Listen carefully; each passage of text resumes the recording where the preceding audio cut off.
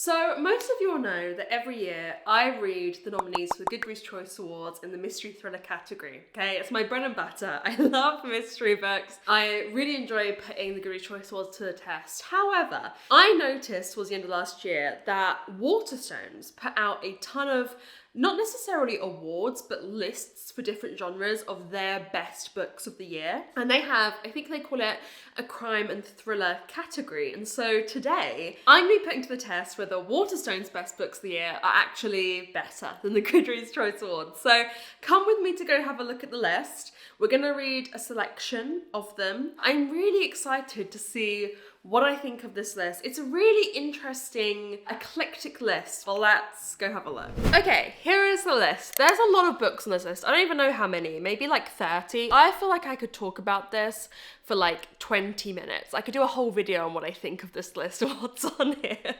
but we don't have that kind of time. Now, I want to read 5 books. 5 books from this list. Let's have a quick peruse, shall we? Okay, of course, Mr. Rich Osman is number 1. Well, this isn't ranked, right? This isn't ranked, but of course he's up there. Now, here's the thing. There are 2 books that I found so intriguing when I saw this list that I added them to my wish list, and they are now on my TBR. The first of which is here, The Murder at World's End. So we're going to be reading this because I added it because of this list. It says on Waterstones, cozy crime mystery which finds a wrongfully suspected under-butler and an octogenarian matriarch investigating a murder in a manor house. This just sounds like a quintessential murder mystery. It's an adult debut. It sounds very intriguing to me. Janice Hallett's blurbing it. Locked Room Murder Mystery, a blazing comet.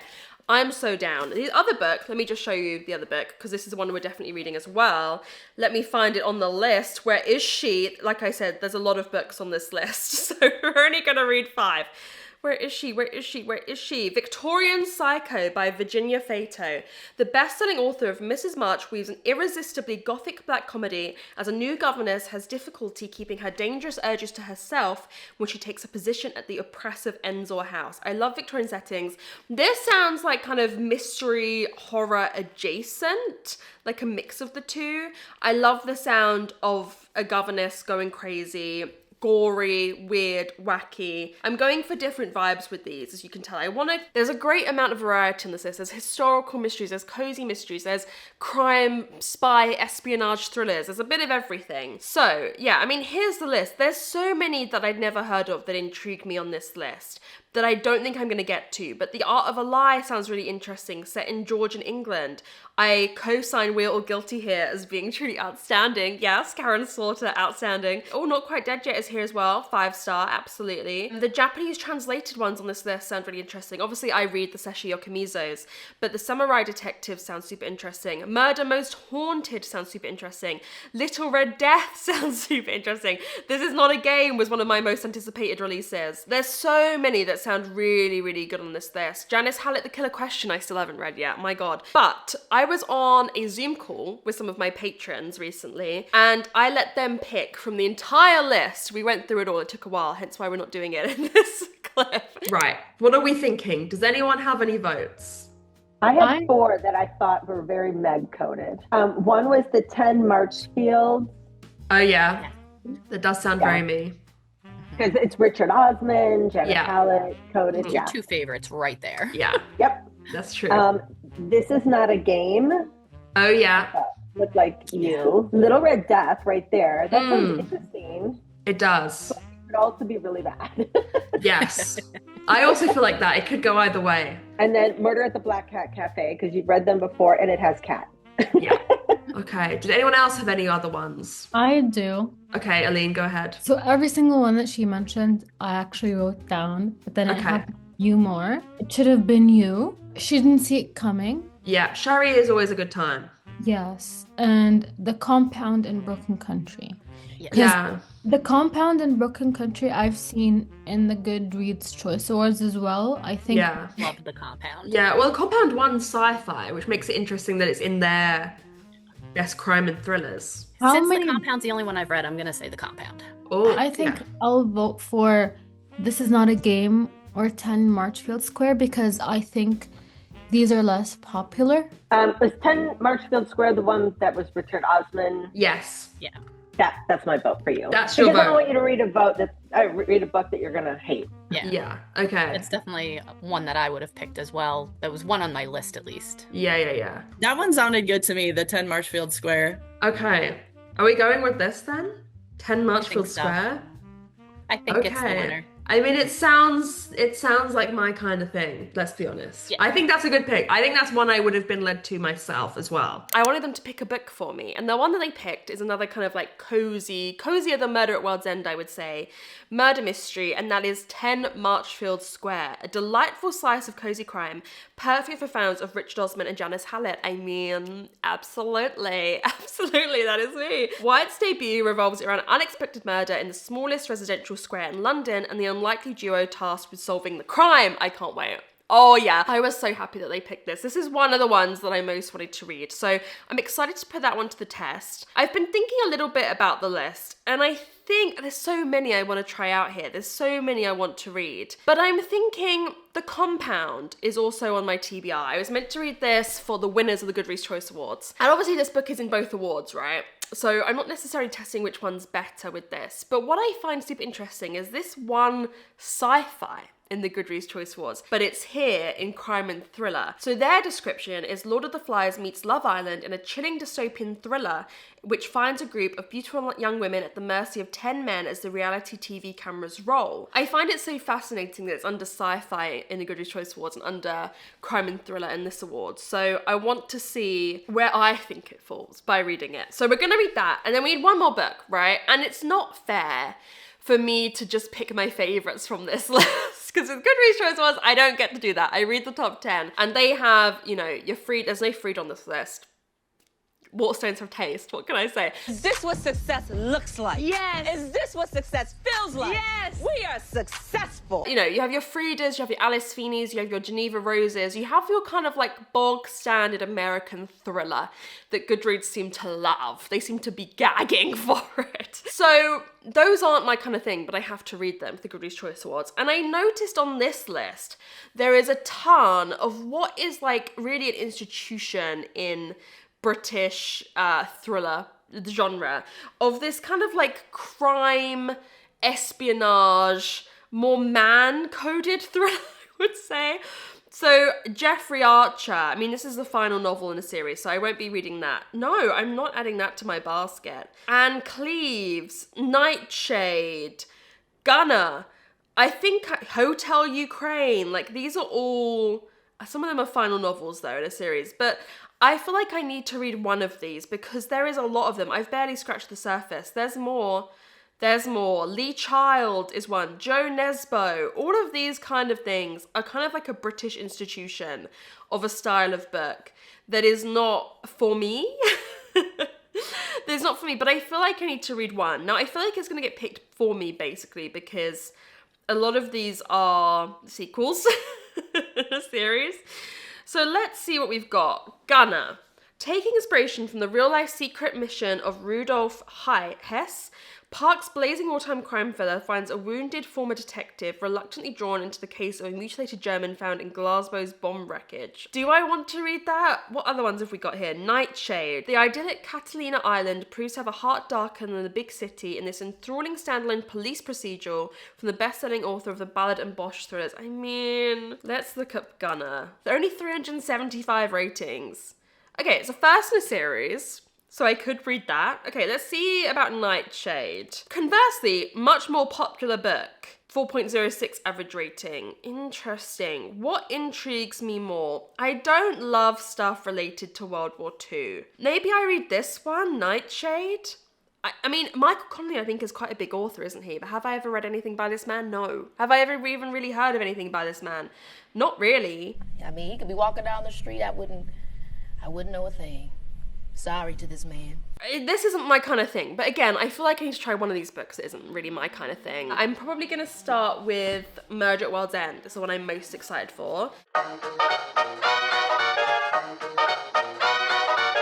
Hello, friends. How are we doing? Oh my god, this is crazy. I have a new camera, guys. The DJI Osmo Pocket 4, I'm trying it out. I've got the wide-angle lens on at the moment. This is what it looks like without it. What do we prefer? You might not be able to tell the difference. Why are we still here? Just to suffer every night. Also, I'm not using an external mic. This is just the DJI's mic. So again, let me know what you think. But I'm heading out to the beach. I'm going to the beach. I'm going to go read on the beach. I'm going to start our first book. I'm going to be starting Murder at World's End by Russ Montgomery. Probably the one I'm most excited for. This is the one that like is lighting me up inside when I think about it. So yeah, I'm just gonna go sit on the beach. It's a lovely day and I'm gonna read this book. So I'll let you know my thoughts. I'm gonna take you to the beach with me.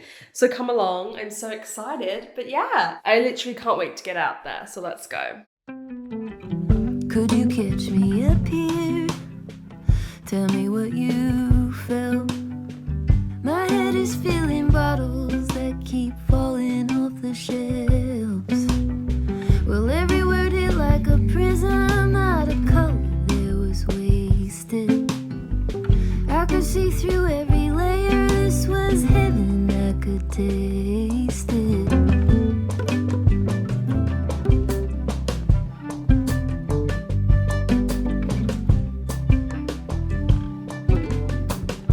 Tapping on the counter, terracotta floor.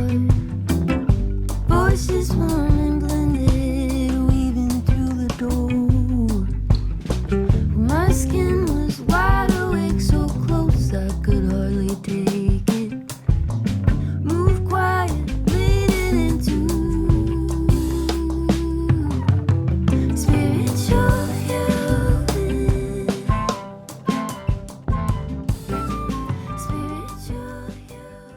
Hello friends, we're trying out the mic. I don't know how well you can hear me. I don't know what the sound quality is like. I've put the little muffler thing on, so hopefully it's not too windy. I'm having a great time at the beach. I fear that this might be something that I do all the time, and my vlogs are all just going to become me reading at the beach. Because it's not too far for me to walk down here, and just like, why am I not just coming down to the beach and reading every day when I can, you know? I've read the first like 50 pages whilst I've been sitting here on the beach. I'm going to switch to like listening to a podcast for a bit now before I head home to the kitty cats. I don't know if I haven't told you yet. I've got, oh no, I told you in my last video that went live, but I've got Lux and Miko staying with me while my parents are on holiday, and Tom's away at the moment. He's away quite a lot for work this week and next week. So it's just me and the cats, me and 3 cats in the house for like 2 weeks basically. Tom's back for like 2 days in 2 weeks basically. Anyways, that's a tangent. I've read the first 50 pages of Murder at World's End and I'm really enjoying it. Nothing's really happened yet.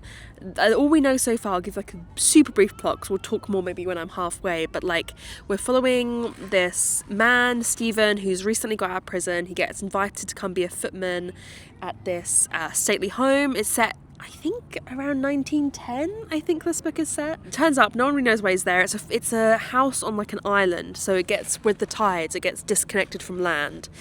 And there's a comet shooting towards Earth that some scientists say is going to like end the world basically. Others say it's going to be fine.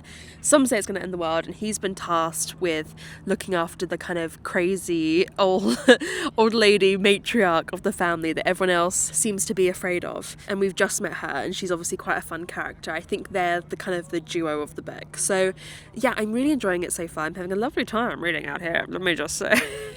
A great experience. The thing that I'm happiest about in these first 50 pages is that I'm really enjoying the writing. I think these days so much for me comes down to whether I like the writing of a book or not. I'm getting fussier and fussier, I think, with writing style, and particularly my murder mysteries. Like, there's just been some murder mysteries I've read lately that the writing has not been great, but I'm really enjoying the writing. I'm really enjoying the narrative voice of Stephen. So yeah, I'm having a good time. What can I say? So yeah, I'm gonna listen to a podcast for a bit and head inside. I might see you tonight, halfway. Who knows how much reading I'll get done today, or I may see you tomorrow, but I'll check in when I'm about halfway or just over halfway. But yeah, is it gonna get boring in my vlogs if I just keep coming and filming myself here at the beach? Don't know if that's the most interesting. I have to go to different parts of the beach. Not that you can tell, a beach is a beach, you know what I mean? Anyways, hopefully the audio on this was okay, because I've been yapping. If it's unusable, we'll quickly find out. But yeah, I'll check in with you when I'm about halfway.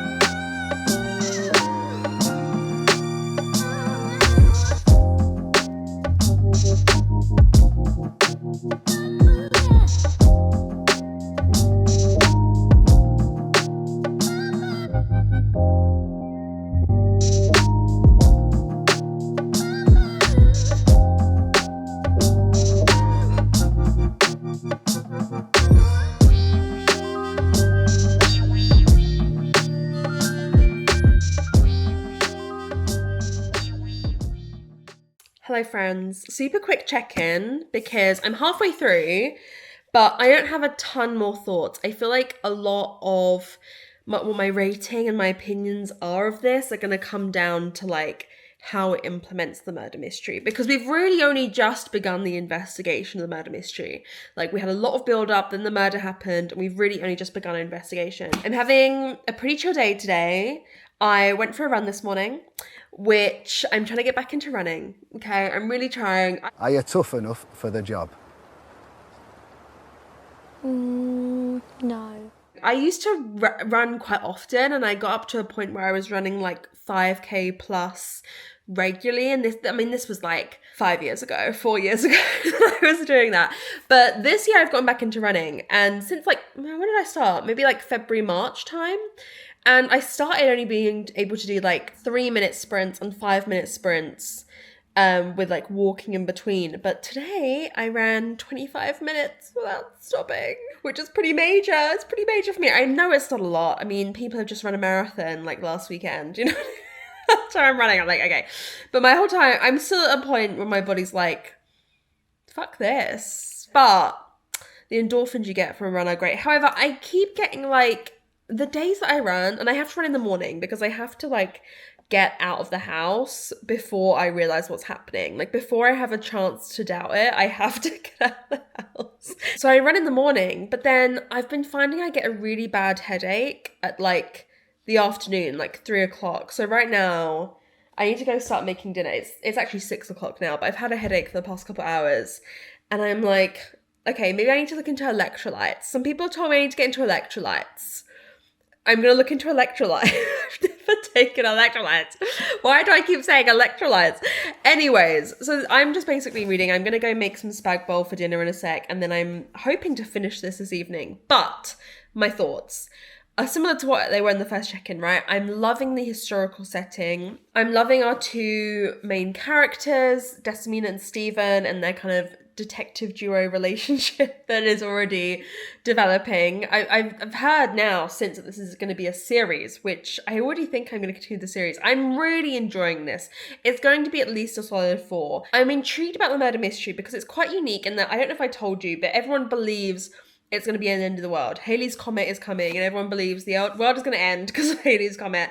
And so the Viscount, who's the one who gets murdered in a locked room with a crossbow, he orders that everyone is sealed in their room. So everyone's been sealed in their room. So it's like, how did someone murder him if they've all been sealed in their rooms? So yeah, I'm really enjoying the writing, really enjoying the characters. It's a really, I don't know, I just feel like I've sunk into the setting, the time, place, the house, the characters with all the staff and the family who all seem a bit fucked up, whatever. I feel like I've really sunk into it, and it's just like, I think I got the sense from this book when I hauled it that I would enjoy it, you know. However, I don't know if it's gonna be a 5-star. I don't know if I'm going 5-star feeling, if I'm honest with you. I think there is a lot of characters to cast aspersions on. There's like all the family and all the staff, and it's like, Jesus Christ, it could be anyone. Like, fuck am I supposed to figure that out? Not that I often try and figure out murder mysteries. I often just let myself be led. But anyways, I've been yapping. I don't really have many more opinions. I just said I would check in you at halfway. I am just really enjoying it. I'm really enjoying it. I'm excited to see where it goes. So yeah, I'm hoping I'm going to have dinner. I'm going to put some face masks on. I'm going to do my LED face mask, and then I'm going to do not a Medicube. What do I have the bio, no. What Korean face masks do I Is it Biodance? I don't know. Anyways, I will see you probably tomorrow once I finish this. But yeah, I'm really enjoying it. I'm having a great time. I'm having a great reading experience. Good morning. Update on my day. Let's chat about my day so far. I went to go for a run this morning, but I have like it's not even blisters anymore. I was gonna say the gnarliest blisters, but it's now just like raw skin on my heels. I went for a run Tuesday, like I told you. Fine, because I had lovely, great, your average, I don't know what the brand is, but like my favorite blister plasters. I'm now going to do an ad spot for blister plasters. I went and got some more from my pharmacy to find out today. They are not, I would not call that a blister plaster. I would call that a piece of plastic. It's a piece of fabric. And so I went to go for a run this morning, and I went, No, no, that's not happening. And so I walked to my local polling station and I voted. It's local election day here in the UK. It's very important to vote. I mean, it's too late for you to vote now. I'm like trying to get the kids to vote. It's too late. You know, I think it's very important to vote even in local elections. Obviously, turnout is often a lot lower. I am not gonna lie, like I am becoming increasingly petrified of the political movements in my country. For those of you who don't know, we have a party called Reform, who I would like, you know, it's the same plot that's been told many times with far-right parties gaining popularity. It's basically our MAGA. Farage is basically our Trump. He's trying to be Trump. It's petrifying to see the rise of a far-right movement, so overwhelming, and I'm scared as to what the local election results are going to be today, guys. Like, it's scary, and you know, you see videos of this Nigel Farage guy. He's been like this little insect that's been hovering around British politics for many years. I shouldn't be talking about this for this long. You guys just want to hear about the book. But, you know, Brexit, us voting to leave the European Union was a lot thanks to him. And he's had many parties that he set up. He comes and goes in waves. He's just like a fly that you can't get rid of. But you see videos of him going like around the UK and women come up and kiss him on the cheek and hug him, and all the men are like, oh, Farage, he talks to the working class, he's gonna sort it out. He just got like a £5 million donation from a crypto billionaire, and suddenly they want to open up donations in crypto for like make that legal. And like, oh, I wonder why you'd want to do that. Maybe because it's not as easy to source the origins of that donation. Like, I don't think a lot of people are like, oh, he's for the working people, you know? He's for the average man, and he's not. I don't know why I'm putting on a voice there. I'm trying to sound like a man. But this man is not for the working people. He cares about himself. He cares about becoming a star. He don't give a fuck, really, about not ruling. I don't know what the word is. Presiding over politics. And I mean, you just gotta hope they're gonna win a lot of local seats for local councils. You gotta hope that they just like balls it up so much that people realise you shouldn't vote for reform for the government. But I actually don't know if the people who vote for them would care about that, about them being awful on a local level of government, or if that would even reach them in their kind of news sources. Like, we have to find a way. I'm getting, you know, I'm on a tangent here, but like, we've got to reach out, find a way to like, the misinformation that's on the internet, the kind of content that's pushed on social media, it is so, you can't think about it for too long, otherwise you want to cry. Anyways, I have finished Murder at Well's End by Ross Montgomery. I'm giving this 4 stars. If I gave quarter ratings, it would be a 4.25. I just don't think it's got quite enough to be a 5 or a 4.5, but I had a lot of fun reading it. I had a great time reading it. I feel similarly to how I feel, oh, these are around the wrong way, I need to swap them around. The Three Dahlias series. I feel like if you've read the Three Dahlias series on my recommendation and enjoy that, this kind of gives me a similar feeling. Don't ask me why, but you know, I love the characters. There's some really genuinely funny moments in this. There were some scenes that are kind of like a film, where there was this one scene particularly around a dinner table, and you've got the whole cast of characters around a dinner table, and people just keep saying things and things keep going wrong, and it's just chaos, and it's just like quick one-liners, like this person saying this, person saying this, and it genuinely made me laugh. I think for an adult debut, it is very accomplished, and it did that great thing, right? This is what you want from a murder mystery, where you, the reader, or at least me in this case, you figure it out just before it's revealed and just before you feel like you're supposed to figure it out. So you feel clever, right? There's a clue in this that I think makes it fairly obvious who done it, but I figured it out just before that clue, and so you feel like the clue is confirming your suspicions, and you're just a freaking genius. I'm like Scooby and Shaggy. I'm solving a mystery. Like, oh my god, I'm so big brain. But there must be something just before that clue that does make you figure it out, right? And so that I enjoyed. I think this is a really accomplished mystery debut. It's the kind of also book that like I would like to see more of this, obviously, in the Goodreads Choice Awards. But you don't really. You kind of see like Richard Osman and that's it. And then you get like a Lucy Foley when she puts a book out, but I wouldn't say they're quite in this vein of a mystery, you know, a historical mystery that leans into the Agatha Christie kind of tropes and style a lot. So yeah, there's a second one coming out, I think at the end of this year, and I'm gonna continue with this series. I really, really enjoyed it. I can see why they put it on their list. Again, this is also one that I feel like I could recommend to a lot of you. It is a really strong historical murder mystery. It has great vibes. Desdemona's a great character. She can't stop swearing. She does not give a fuck, man. She don't give a fuck. I loved her as a character. I loved Stephen as a character, and I already love their relationship. I feel like their relationship could be one that I really grow to adore in my mystery reading. So yeah, this was a great result. Not a 5, but like I had a great time. I loved the reading experience of this, and I feel like the series could become a 5. Like there is potential here. It just didn't quite have that 5-star feeling, you know? I've had 1 5-star so far this year, guys. The less we think about that, the better. Let's not think about that. I've been alone, guys, a lot in the past 2 weeks. Tom's been away a lot for work. He's coming back this evening, probably, actually, but I'm gonna take myself out for lunch to get out in society a bit, especially because I didn't go for my run. Like, I haven't really been out. I want to go into society a bit. So I'm gonna go get lunch at a cafe that I've been meaning to try, and I'm going to, oh hey Meeks. Miko's here, guys. Miko, have I told you in this vlog that Miko and Lux are saying, do you come say hello? Come say hello. They must remember you. For those of you that are new here, Miko was one of my cats when I lived at home with my parents. Say hi. Oh, thank you for the kiss. That's so nice. You're a good boy. Yeah.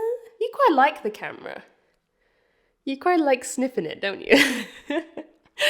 Good boy. Okay, off you go. He is so much lighter than Dido. Picking him up, it's like I'm not holding anything. What's awesome about you? I'm hot and I'm funny. I'm a skinny legend. Skinny legend? I'm a skinny legend. Yeah, and I'm gonna take my book and read in the cafe. I don't really do this that often, like go read in public.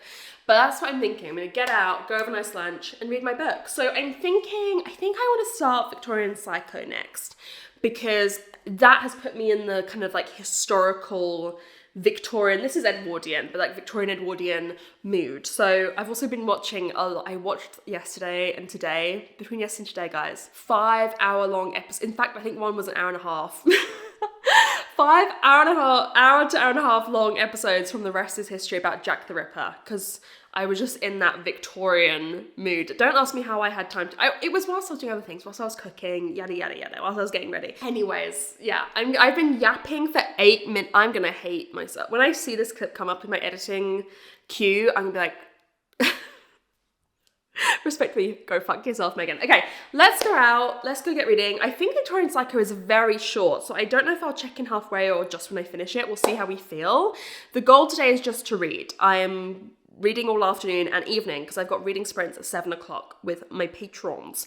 So yeah, let's go head out. Let's go get reading, shall we?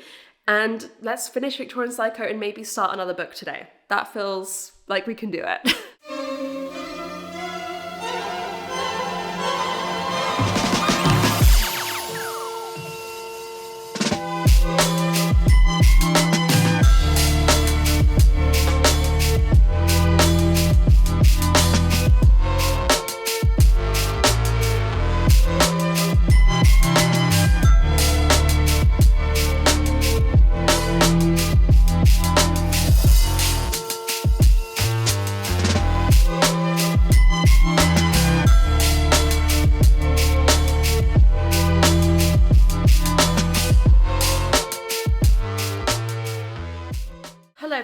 Shall we have a chat? Shall we have a yap? I guess we shall. I read all of, because it is very short, Victorian Psycho by Virginia Fato. The plot of this, we are in England in Victorian era, and we're reading from the perspective of a governess who is coming into this new, very affluent house to look after their children. And you know from the beginning, like, she's a bit mad, babes. She's a bit mad. She's a bit, like, doesn't conform to society's rules about decency and morals and all of that. You know from very, very early on, bad stuff's gonna happen at this house. Bad stuff's gonna happen at this house. And here's the thing. I did not love this. I didn't love it. I'm giving this 3 stars with weird books. There's a lot of these like weird novellas out there that exist, you know, or just weird books in general. And I think personally, sometimes you can tell when someone is a true sicko, like truly weird, like an author is really fucked up in a good way. I fear, to me as a reader, this felt a bit put on. This felt a bit like weird for the sake of weird, a bit like gory for the sake of gory. Do I think this is well written? Yes. Do I think Virginia Fato is obviously like a very good author? Yes. A very talented author? Yes. But I was bored because I kind of didn't care. For me, there's not enough of descent into madness. I like a descent into crazy. We kind of start at 100 and maybe go to like 150. You know what I mean? We do go crazy, but we are crazy to begin with. We are doing gory ass stuff right from the very beginning. We are referencing gory ass stuff we've done in the past from the very beginning. And so for me, it didn't go many places for me. And you're kind of, I don't want to spoil the ending, but you are told really what the ending is from the very beginning. And so I just didn't really give a shit, if I'm honest with you. Again, this is the kind of book I look at and maybe 2-3 years ago I would have had a different reading experience with, but I read so many fucking books. I read endless amount of books. And for me to stand out, you have to be doing something special, and I just feel like this is really forgettable. I will say I enjoyed the Victorian setting, as I always do. I love a Victorian setting. I enjoyed how it played on the customs of the time, the rules of the time, but I enjoyed how it played with that. I think this is an accomplished book. I think some people would enjoy this, but for me, I was not locked in. You know, I really don't have much to say about it. It's trying to be weird. It's trying to gross you out. There were moments of real gore, and I mean, that personally is not for me either. I'm not a gore gal, really and truly. And there was moments I was really, like, gore against defenseless creatures. I don't like that. If like it's a bad man getting his comeuppance, sure, but I don't really like defenseless creatures having violence enacted upon them. I just don't enjoy reading that. I don't, okay. Also, I have to say, this would have been under horror in the Goodreads Choice Awards if it had been nominated. This is very much horror. I'm surprised the Waterstones put it under crime and thriller. It shocked me, it surprised me. So yeah, a little bit disappointed about that one. In the vein of reading things that Goodreads would shelve and categorize differently, I'm gonna start The Compound today. So many of you wanted me to read this when I read the winners and I didn't get around to it, and so I'm going to right that wrong. I'm gonna start the audiobook today. I need an audiobook. I haven't listened to an audiobook I think in like 2 or 3 weeks. I'm really weaning myself off them. I am so proud of her, I could cry. But I think for maybe some of the last books in this vlog, they feel a bit audiobooky to me. So I'm gonna start that today. Quickly, I just want to tell you, for like posterity, because I don't like any book I read not being in a vlog. I don't like that. I did read a book for Murders by Janice Hallett for my Patreon book club, and obviously it didn't fit in this vlog. So I do just want to throw it out there because I know some people want to know my opinion on this. I'm giving this 3 stars as well. I don't think it's bad. I think it's way too long for a kid's book. I couldn't keep focus. You're telling me a kid with like messed up iPad attention and focus is going to be able to like keep their attention in this book? No, absolutely not. I think Janice Hallett is an amazing author. I don't think that she really knew how to write for a middle grade audience. I think people think writing for middle grade is easy. It is not. There are authors who are incredible at it. This felt like an adult author wanting to have a bit of fun and writing middle grade, and there are elements of it that I enjoyed, but on the whole, it's way too long. It needs 150 to 200 pages cut to make it an engaging kids book. There's a lot of repetition, which I did not appreciate, which I did not enjoy, but there's some really fun like diary entry perspectives that we're reading from, some really fun mixed media. Like, it wasn't a bad read. I will not be continuing in the series, however. So let's start The Compound, a book that so many people have told me I enjoy because I love reality TV. Well, my reality TV is very Real Housewives coded. Like, that is what I watch. Don't point your finger at me. Turn your finger back at you. Get your finger out of my face. And Drag Race. That's my sole reality TV. I watch a lot of it, but it's very specific. I don't really watch like Love Island or Survivor or anything like that, but I am excited to see how it's done. I will probably check in with you when I am halfway through this one, but I'm feeling very low energy today. I'm probably just gonna like lie on the sofa and listen to your new book of this. Is my plan.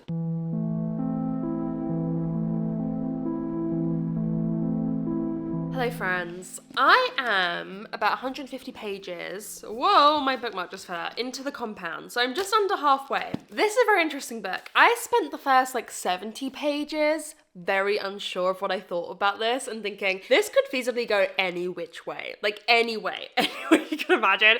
My opinion could go that way. However, I am now enjoying it. So this is Love Island meets Lord of the Flies in a dystopian world where we don't know much about the world, which is intriguing me, and we'll get on to that in a second. Dina, come here.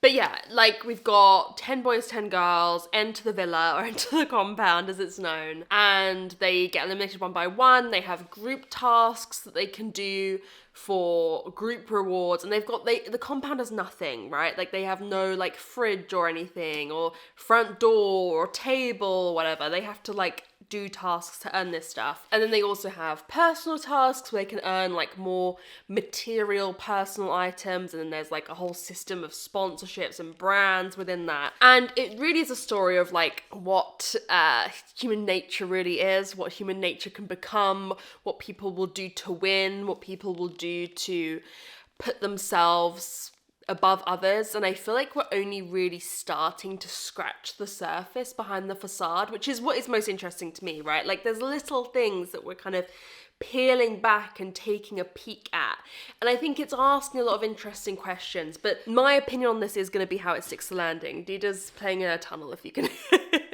but yeah, it's really going to come down to how it sticks the landing. I can see myself, I don't know if I want to say I could give this 5 stars. I'm not getting 5-star feeling, but like I think this could be a 4.5 if it blows my mind with what it does in the second half. I think it could be like a 3.5 if I find it a bit lackluster with what it does. What is most interesting to me is the whispers we're getting of the world outside the compound, outside this show, because there's little hints. I think it's a very near dystopian future, but there's little hints of how it's not our world. Like we know there's a war going on, we know some of the men might have fought in that war, but it's really blink and you'll miss it mentions, or there's some talk about politics or stuff like that. They're really subtle, they're really quick. A lot of the book we're spending like thinking about who wants to shag who, or who like wants to be in a partner with who and stuff like that. So that's really intriguing me, and I hope we get more of that. It's creating a question that I really want satisfied. You know what I mean? I don't want the book to just leave those questions unanswered about what the world is outside and like what would prompt some of these characters to go into the compound and go into a setting like this. I'm intrigued, and I feel like I haven't maybe read something like this in a while. I haven't read, to be honest with you, a Love Island book. I've read more like Love Island and then there were none retellings, right? Like books are very much based on Love Island but are like people getting killed off one by one. This isn't that, but this is by far the most interesting examination of like using that setting to examine human nature. I haven't really liked any other Love Island-esque thrillers that I've read. I'll let you know my thoughts when I finish, but satisfactorily intrigued. Hello! Happy Friday, everyone. Well, it's like Sunday for you, or Monday if you're watching this, but it's Friday! Hello, I have finished The Compound. I'm giving this 4 stars. I really enjoyed this. I think this is a very, very interesting book, like I was saying. I think it has a lot of layers to it. One thing that I felt in the second half particularly is the main character perspective we're reading from, Lily. She's a very unique perspective in what you get told about her, what you don't get told about her. I feel like you never truly know her. Like you're in her head, but it feels like she's keeping a lot guarded from you, or in general there's a lot about the book that we never find out. It's not a book that gives you all the answers. It's not a book that gives you all the world building and all the character motivations and all the reveals of, there's so many characters in this book, right? There's 20 characters you start off with, not that you know them all, you don't need to know them all, but like there are things that those characters did that impacted what other characters did that you maybe never find out or don't find out until the end. And I think that that way of storytelling is very fascinating. But I mean, it is a 4 for me because I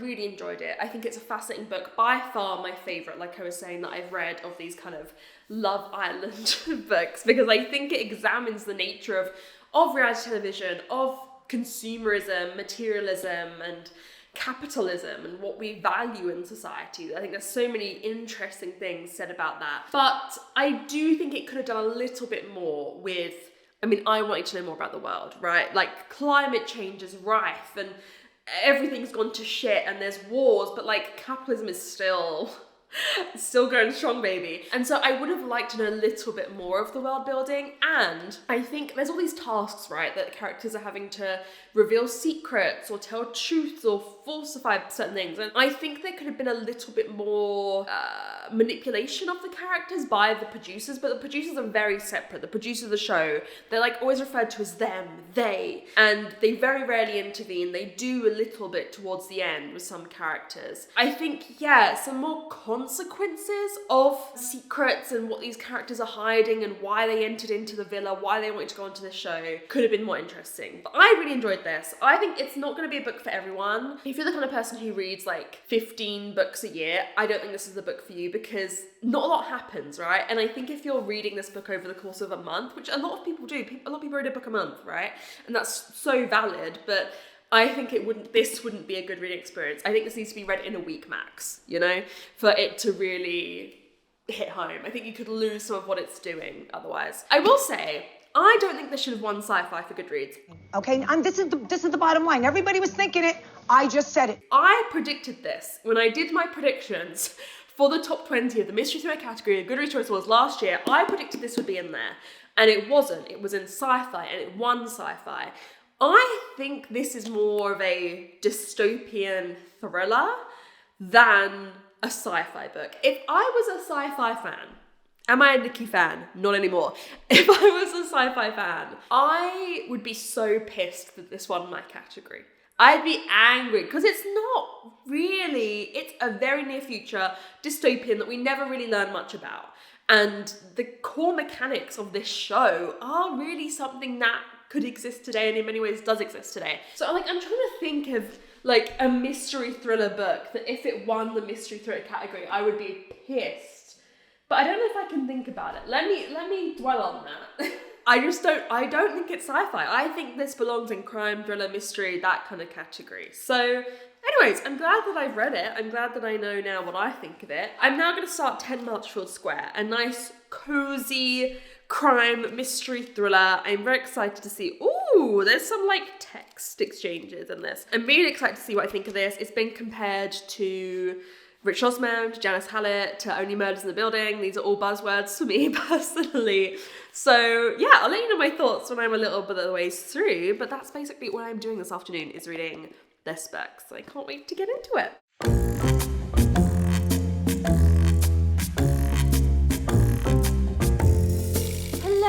Quick yap, because I don't have a ton to say, but I am halfway through 10 Marchfield Square by Nicola White. This is Only Murders in the Building. It's Only Murders in the Building in the UK. Basically, we have a death at this apartment complex. It's like built in a square, right? So people can see into other people's apartments. And we literally open up. What is the first sentence? Does the first sentence tells you? No, the first page, the second paragraph basically tells you that someone's died. There is, however, then a second death, a second murder a little bit further into the book. I don't know if we're going to have more, but it's a husband and wife who have been murdered. Celeste, who is the old lady who kind of owns the whole apartment complex, recruits two characters to work together to solve the mystery. She doesn't trust the police. She's like, you two are going to team up. You've both got skills that I think would make you good at solving this mystery. They're like characters that she's befriended in a way. So we've got one who is a crime writer, this guy, Lewis, and he previously had I think one successful book, but then has struggled to write any more successful books and has had to take a job and is only writing on the side now. And then we have Audrey, who is a cleaner and who cleans Celeste's flat, and also they both of them live in this apartment complex.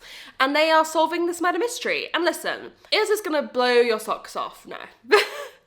No, but am I enjoying myself reading it? Yes. Is the audiobook pleasant? Yes. Has it done anything that I haven't seen before in a murder mystery? No. No, I'm not surprised or shooketh by anything. But I think the setting is doing a lot of heavy lifting here, right? If you've watched Only Murders in the Building or read something like The Paris Apartment by Lucy Foley, being in this apartment complex where you can see into other flats, or some flats can only see these flats, and where could people see at different points, it's fun. It's a fun time. I thought it was fun. I like the beat. So. It kind of is a no thoughts, head empty book. It's a cozy murder mystery. I think this is a kind of book to read. Like, there's certain books I recommend. I find reading hard when I'm going through it, right? I find reading something high concept that usually is the kind of thing I would give 5 stars. I find when I'm going through it that hard. So I think this is the kind of book to read if you're going through it. Same reason I recommend Lady Hardcastle. Like, if you're going through a breakup or something, just read 10 Lady Hardcastles and you'll be fine. You'll get over it. You know what I mean? That is what you should, like, that is my prescription.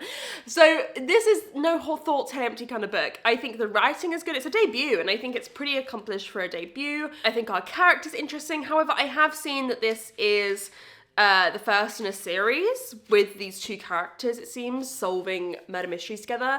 And I don't think it's won me round enough to read the second book in the series yet. I don't give quarter ratings. I feel like I've said that already in this vlog.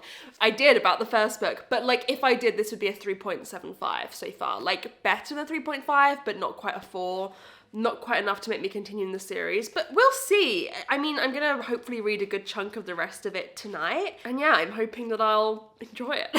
I'm hoping that it'll blow my socks off, even though I've said the first half haven't. So yeah, I'll see you in the morning. Apologies, I haven't done as much in the second half of this vlog. I've basically just been editing this vlog and reading for the vlog, whereas I was living life in the first half. Although we're gonna do some fun stuff tomorrow that maybe I will try and film some of. Yeah, I'll check in with you once I finish this, hopefully first thing in the morning before we get up to fun stuff. It's enjoyable. I don't have any guesses for who done it yet, which is a good thing, I think. Good morning, friends. Oh, Dida's here. Hang on.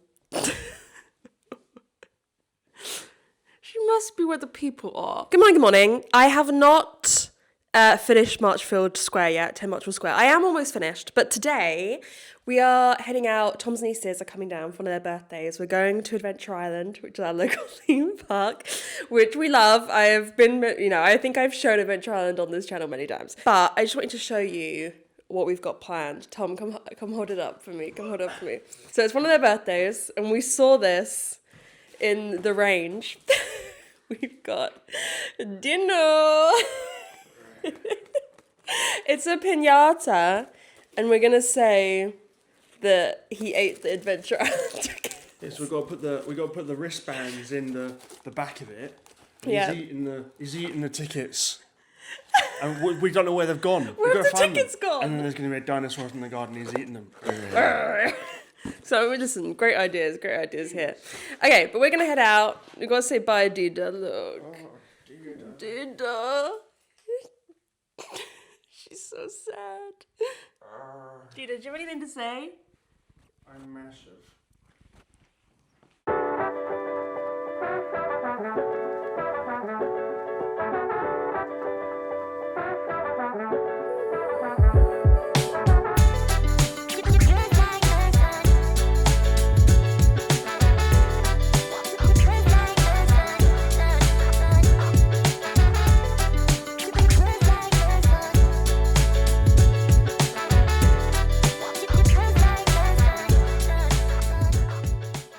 Everybody, it's Dida. I have finished 10 Marchfield Square.